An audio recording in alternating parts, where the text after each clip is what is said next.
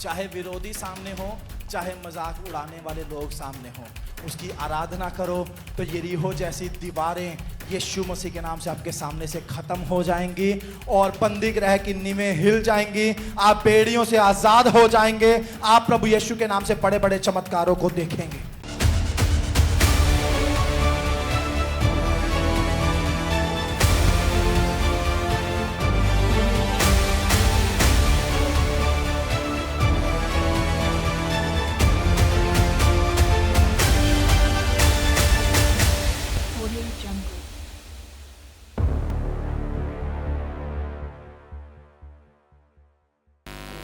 सबको जय मसीह की। प्रभु का धन्यवाद हो। प्रभु यीशु हमारे बीच में, कितने लोगों को विश्वास है प्रभु यहाँ है? हम जोरदार तालियां बजाकर प्रभु यीशु मसीह का धन्यवाद करें। हालेलुया। सचमुच में हमारा परमेश्वर महान है, वो सर्वशक्तिमान है, वो दयालु है, वो कृपालु है, वो बड़े बड़े चमत्कारों को करने वाला है। आमीन। हमारे जीवन में बहुत बार मुसीबतें, परेशानियां, समस्याएं, दुख, संकट, कलेश आते हैं और हम नहीं जानते उनसे बाहर कैसे निकलना है। मैंने लोगों को सालों साल तक प्रार्थनाएं करते हुए देखा है। मैंने देखा है वो प्रार्थनाएं भी करते हैं, लेकिन बहुत बार प्रार्थना के बावजूद भी प्रभु की मर्जी उनके जीवन में पूरी नहीं हो पाती। आज मैं आपको एक ऐसा सीक्रेट परमेश्वर के वचन से, हालेलुया, पर उसको आप करते नहीं हो। आज से जब आप उस काम को करना शुरू करोगे, आप देखोगे आपकी जिंदगी में यीशु मसीह के नाम से बड़े बड़े चमत्कार हर दिन होना शुरू हो जाएंगे। हालेलुया। आप देखोगे परमेश्वर का सामर्थ आपकी जिंदगी में हर दिन काम करना शुरू होगा। आप देखोगे परमेश्वर की उपस्थिति 24 घंटे आपके साथ है, आपके घर में है, आपके कमरे में है। और आप जब ट्रैवल भी कर रहे हो, आप एक जगह से दूसरी जगह भी जा रहे हो, आप महसूस करोगे कि आपके बहुत नजदीक परमेश्वर मौजूद है। हालेलुया।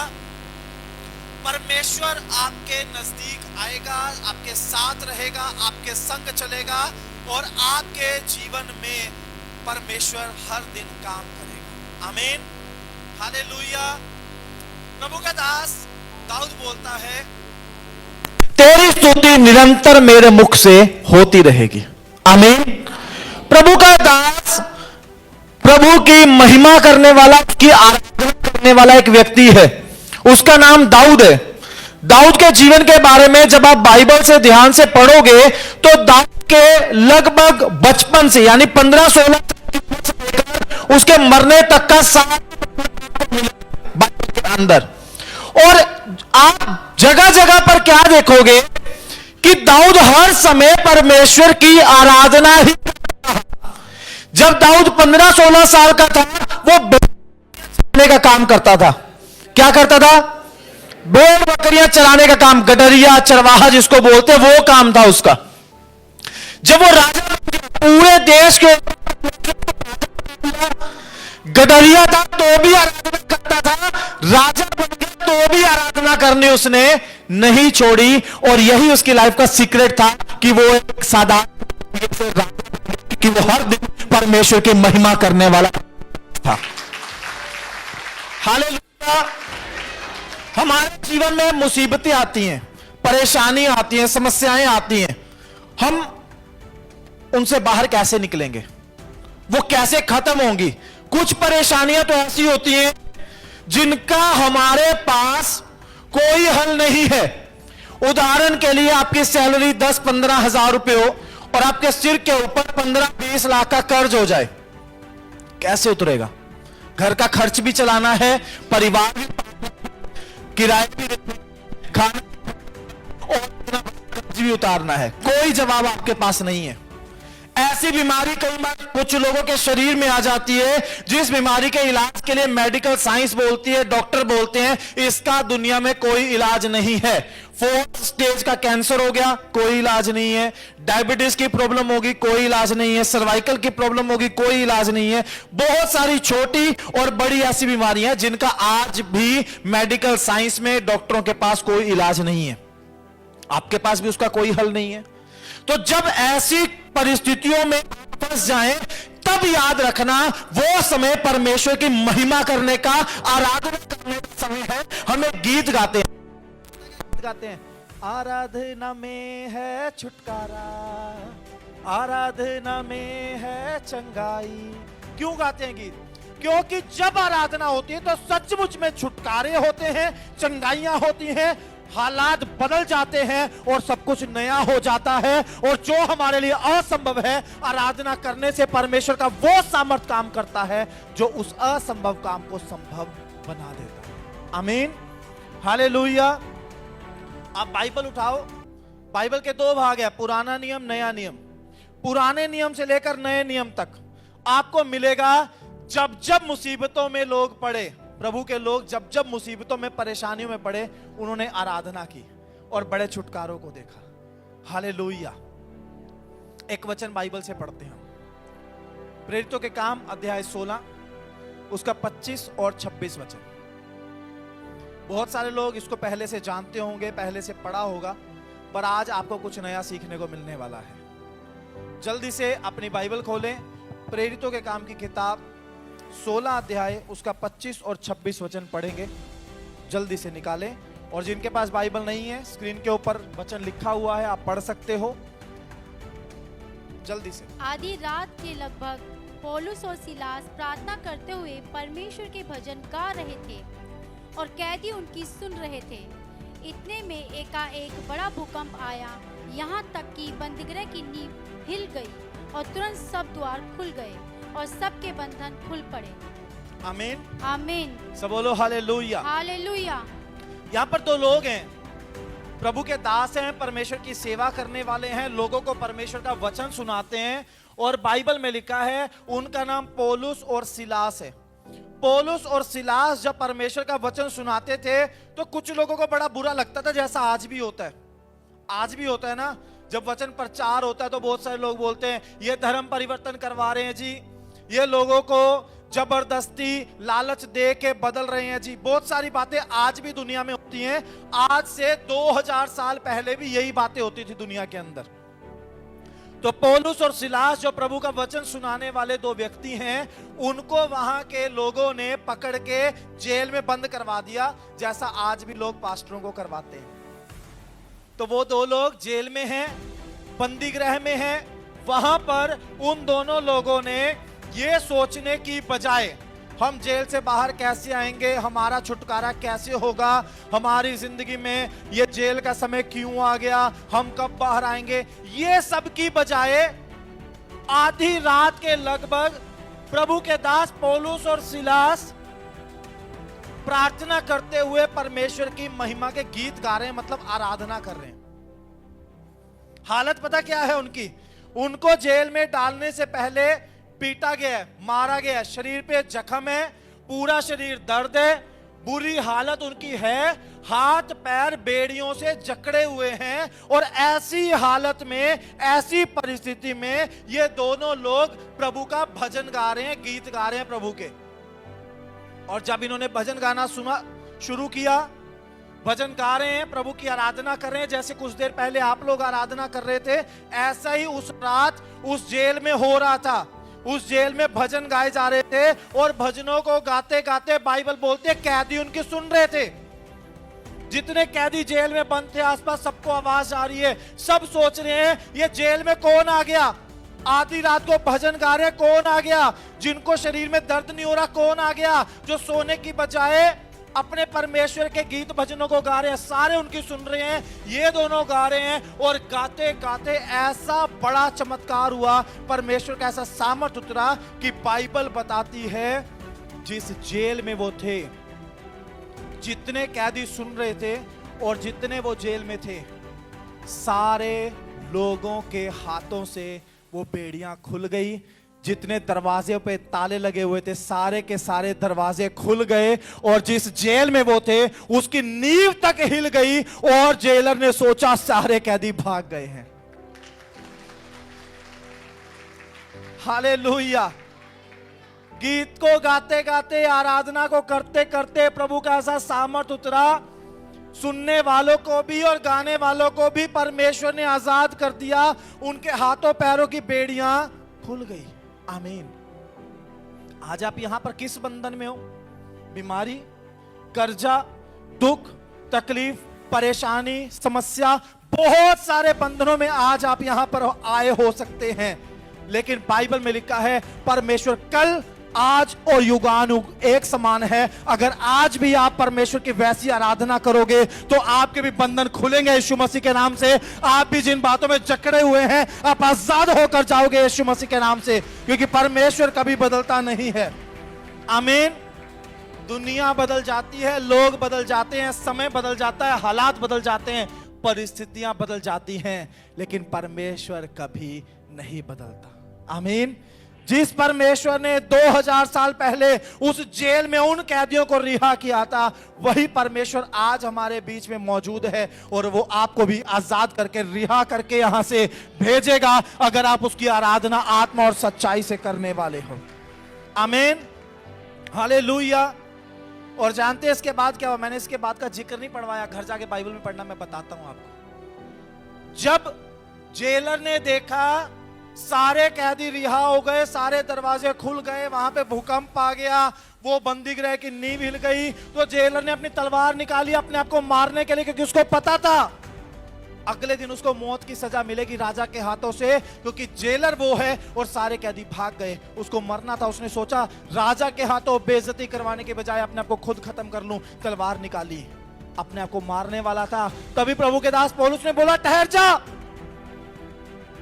अपने आप की हानि मत कर। हम सब यही हैं, हम में से कोई भी भागा नहीं है। जेलर तुरंत घुटनों पे आया, रोने लगा, माफी मांगने लगा, और बाइबल बताती है अगले दिन उस जेलर ने अपने सारे परिवार के साथ यीशु मसीह के नाम से उन प्रभु के दासों के हाथ से बपतिस्मा लिया और अपना जीवन यीशु मसीह के नाम कर दिया। हालेलुया।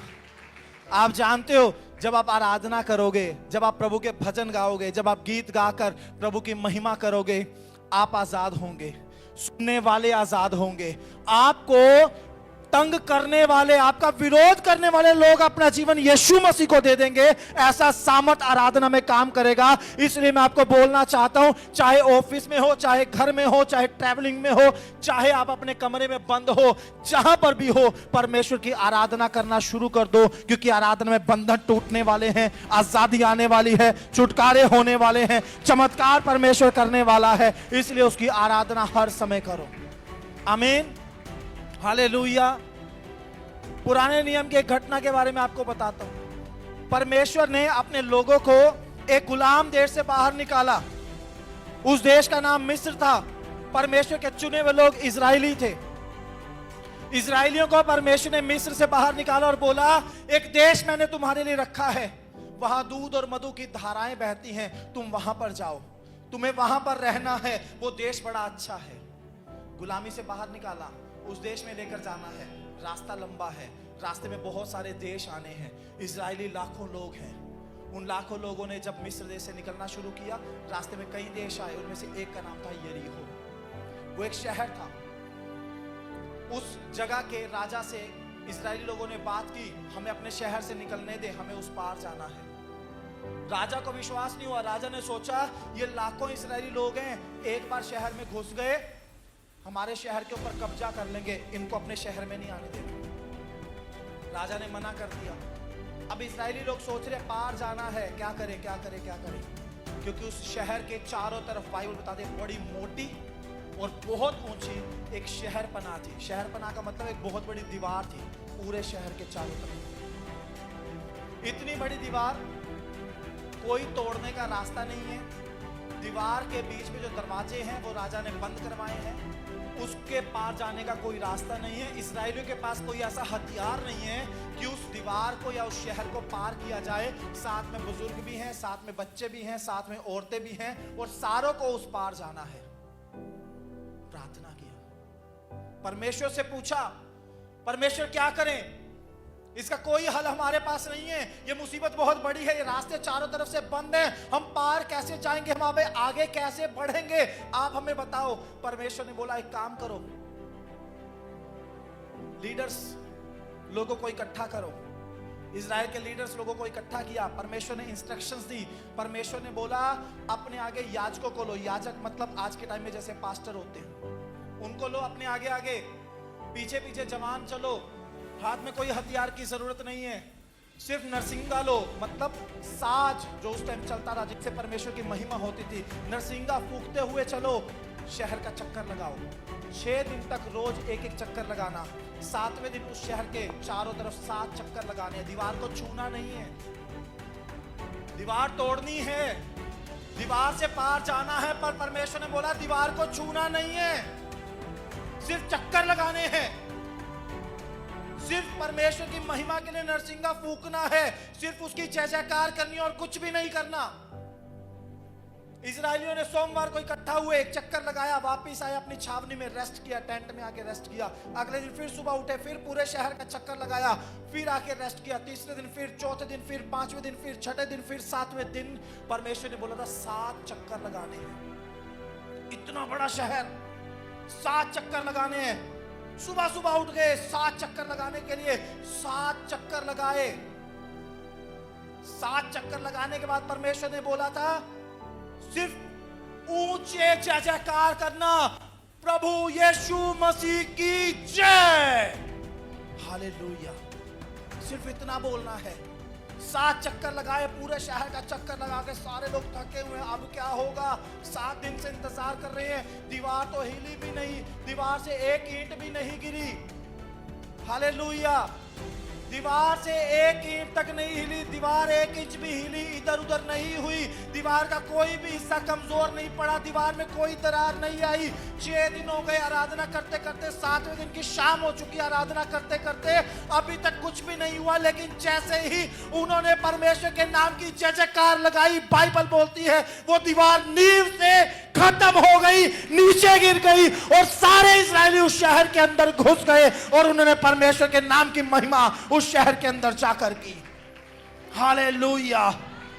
आप जब आराधना करना शुरू करोगे आपको लगेगा कुछ नहीं हो रहा। आप 1 दिन आराधना करोगे आपको लगेगा कुछ नहीं हुआ, 2 दिन आराधना करोगे कुछ नहीं हुआ, 5 दिन आराधना की कुछ नहीं हुआ, आपको ऐसा लग रहा है कि कुछ नहीं हो रहा। लेकिन याद रखना, जिस दिन, पहले घंटे, पहले मिनट मुंह खोलकर उसकी महिमा करोगे, उसी दिन छुटकारे का काम शुरू हो जाएगा और समय आता ही एक बड़ा चमत्कार यीशु मसीह के नाम से आपकी जिंदगी में होगा और आप उसके नाम की महिमा को कर पाओगे। Hallelujah, hallelujah. आराधना में ऐसी सामर्थ को इस्राएलियों ने देखा कि जो दीवार की एक ईंट तोड़ने की हिम्मत भी इस्राएलियों में नहीं थी, वो दीवार सामने से नहीं गिरी, नींव के अंदर से गिरकर खत्म हो गई और सारे इस्राएली उस शहर में पहुंच गए और उसके बाद उन्होंने सारे शहर के ऊपर कब्जा कर लिया। हालेलुया। आपकी जिंदगी में दीवारें खड़ी कर सकता है शैतान। कुछ लोग आपका विरोध करने के लिए आपके खिलाफ परिस्थितियां बना सकते हैं।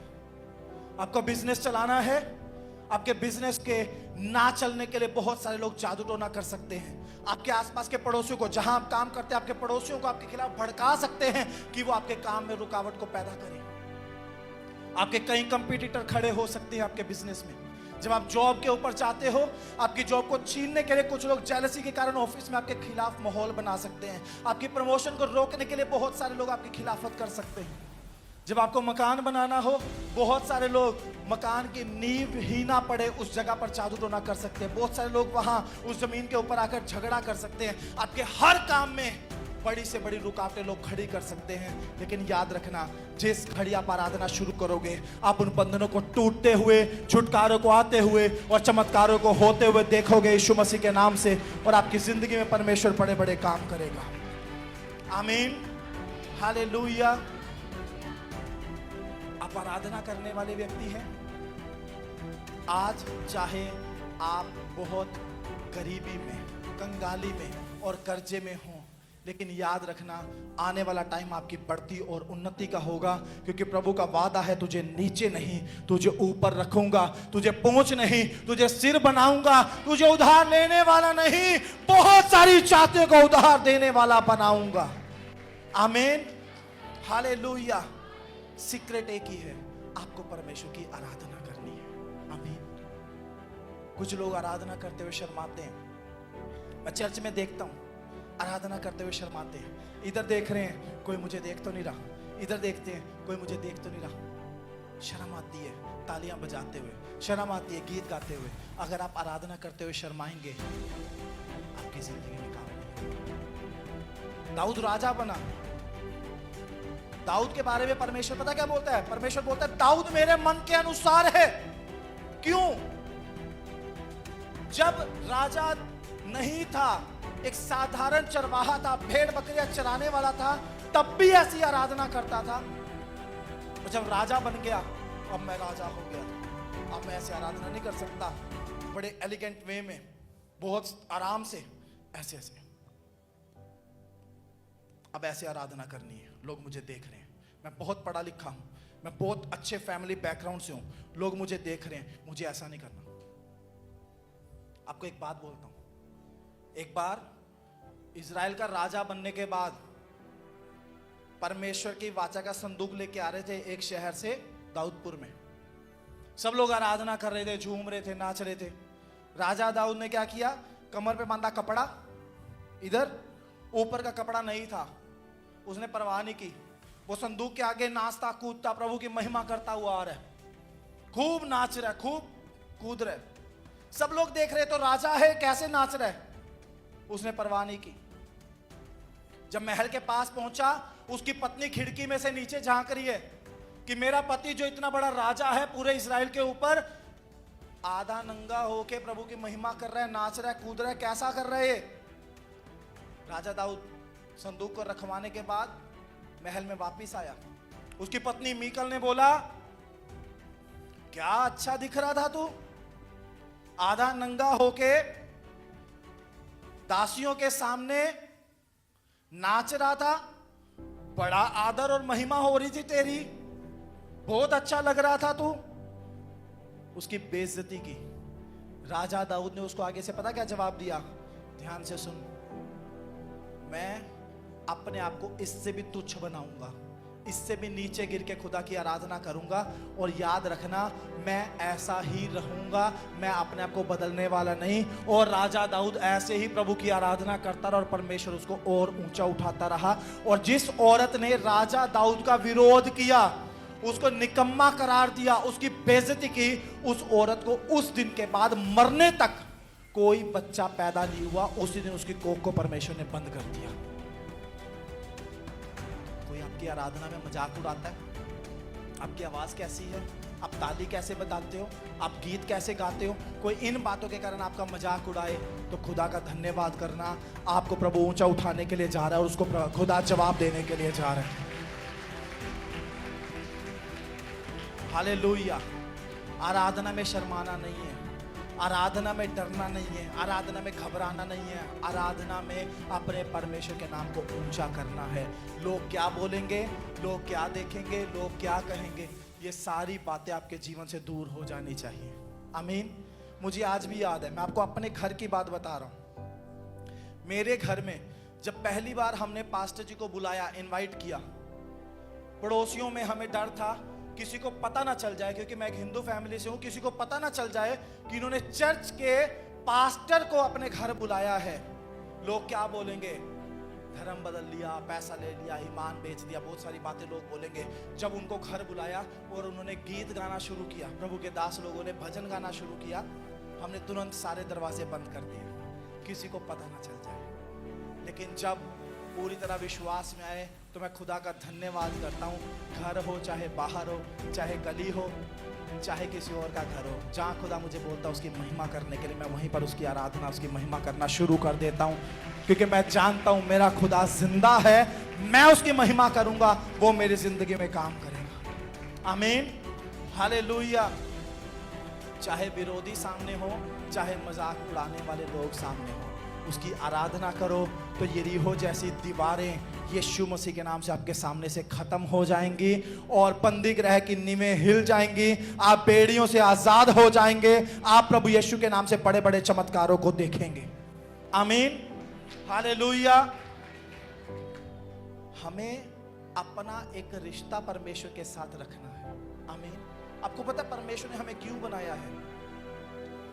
आज हम परमेश्वर की आराधना करते हैं, एक समय था जब ये दुनिया नहीं थी, ये पृथ्वी नहीं थी, जब परमेश्वर ने इंसान को नहीं बनाया था, तब इस काम को परमेश्वर का एक दूत करता था। उसका नाम लूसीफर था। वो दूत परमेश्वर के सामने स्वर्ग में रहता था। वो अपने पंखों को हिलाता था, उसके पंखों में से बहुत अच्छा म्यूजिक बजता था और वो इस काम को करता था, प्रभु की आराधना करता था, प्रभु की महिमा करता था। उसका काम था ये। उसके अंदर घमंड आ गया, मैं आराधना बड़ी अच्छी करता हूँ, मेरे पंखों से साउंड बड़ा अच्छा निकलता है, मैं बड़ा अच्छा गायक हूँ। उसके अंदर घमंड आया। उसने सोचा जो मैं परमेश्वर के लिए करता हूँ, जब मेरे अंदर इतनी क्वालिटीज हैं तो बाकी स्वर्गदूतों को वो मेरे लिए करना चाहिए। मुझे अपने आप को परमेश्वर के बराबर लाने की कोशिश की और परमेश्वर ने उसको स्वर्ग से नीचे गिरा दिया। और फिर परमेश्वर ने आपको और मुझे बनाया कि हम उसकी आराधना करें और उस खाली स्थान को पूरा करें जो वहां पर लूसीफर ने छोड़ा है। हालेलुया। सभी भाई बहनों को जय मसीह की। अगर आप दिल्ली या दिल्ली के आसपास रहते हैं तो आप सब जरूर आएं लिविंग ग्रेस चर्च दिल्ली में। अधिक जानकारी के लिए दिए गए नंबर पर संपर्क करें।